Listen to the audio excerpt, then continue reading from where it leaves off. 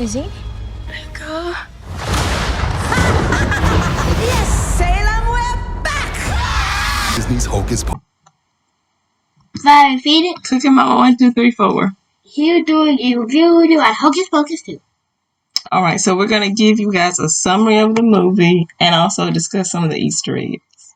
Okay. So the movie starts in 1659 with the Sanderson sisters as teenagers. And tell them about when they went to the woods. And they went to, actually you can explain what happened before. Oh, right. So Winifred is the oldest, and the preacher guy who runs the town is trying to make her marry some guy that she doesn't want to marry because she's in love with Billy Butcherson. Because apparently they kissed, and so she thinks they're in love. And they are trying to take her sisters away from her, so they all run to the woods. The Forbidden Woods. So they run to the Forbidden Woods and meet a witch inside these woods who give them the book. Right. And in the first movie, they mentioned their mother being a witch. And so we think that they weren't talking about their birth mother, but they were talking about the witch in the woods who gave them the book and told them about magic. Yes. Okay, so then fast forward to the present day. Right. You say the rest because I don't know. So they meet.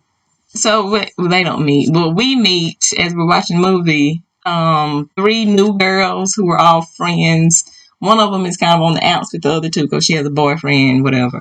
The 2 girls who were like still friends end up going to the Sanderson sisters' house where it's like a museum now, and they meet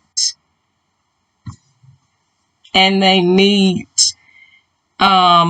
guy who runs the museum, and he's like their friend, kind of. Well, not really, but kind of. And what does he give them? He gives them a candle. Dun, dun, dun. And for those of you about the Hocus Pocus movie, you know, and this one, you know what that candle is. Right. So he doesn't tell them it's a black flame candle. So then what do? They go into the Forbidden Woods and they light it. Dun, dun, dun, dun. Right. And the Sanderson sisters come back to life. Right. Again. Right. So they come back to life, and the girls tell them that they're witches and they don't have to like kill kids now. They can just go to Walgreens and buy lotion with the kids' souls already in it, which of course is a trick. And they figure that out. Right. So then the Sanderson sisters end up talking to the guy at the museum who made the black flame candle because when he was a kid he saw them. And I'm pretty sure from the original movie. But when did the original movie take place? The original movie? Yes. 1993. 1993. This would take. Wait, when was the flashback though? The flashback was 1659. That's a very long time ago. So the guy at the museum saw them. Like he saw most of the events from the original movie, which made him make the black flame candle because he wanted to resurrect them. They didn't really explain why. I didn't quite understand that, but so the witches end up forcing him. They put a spell on him that if he doesn't help them. Let me do it.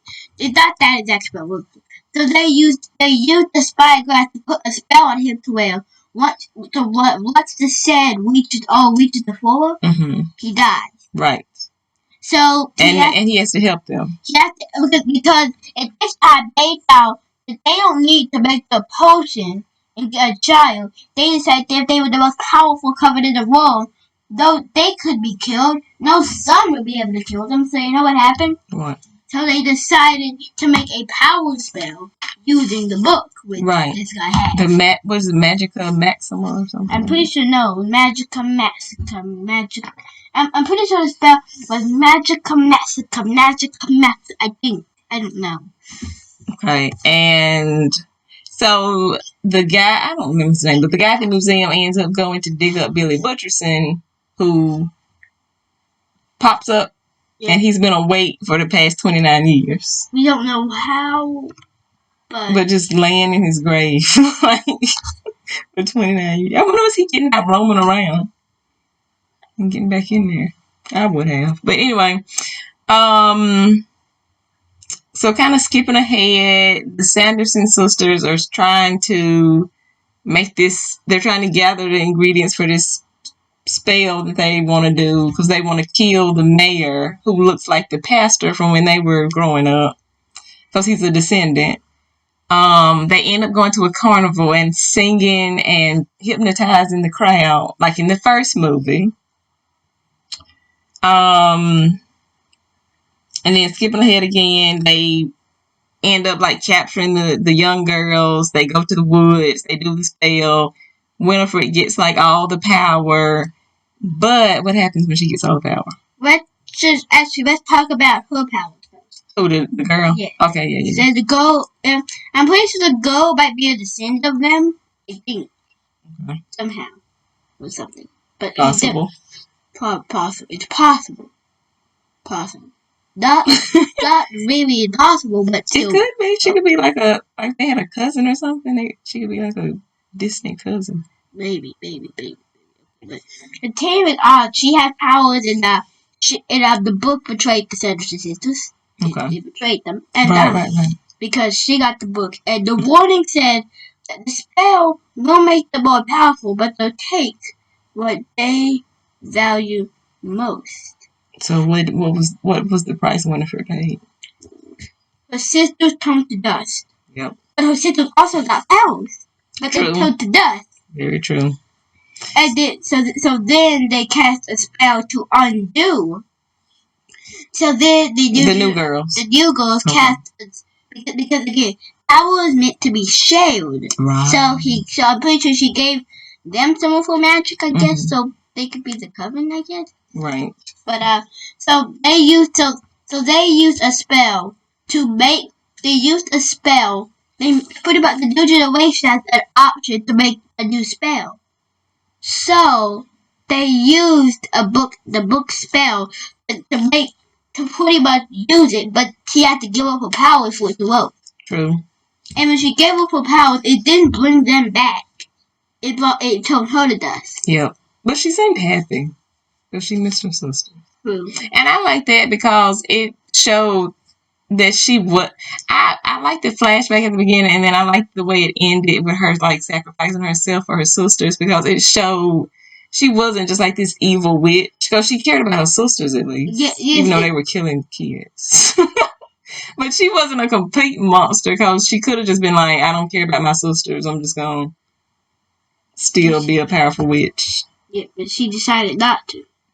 Okay, so the young girls, Winifred turns to dust, and then Billy also disappears. Because like his spell was finally broken. Fine. Oh, did you already mention about the new girls becoming witches? Yes, we already mentioned that. And then that was pretty much it. And then so it was over. The girls were like, they're finally gone. But then tell them about the post-credit scene. Well, the post-credit scene was a bat cat in the shop from before. Yep.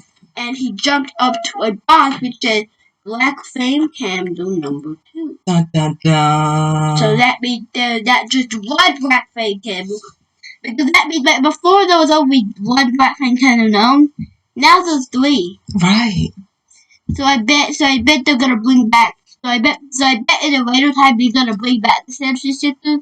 Knowing now that they're nice, they're probably not going to be attacking them this time. You know what? Now that you mention it, I think that would be cool if they bring them back and they're not trying to do evil stuff. Like maybe have a new villain and let them team up with like the young girls to like fight the villain.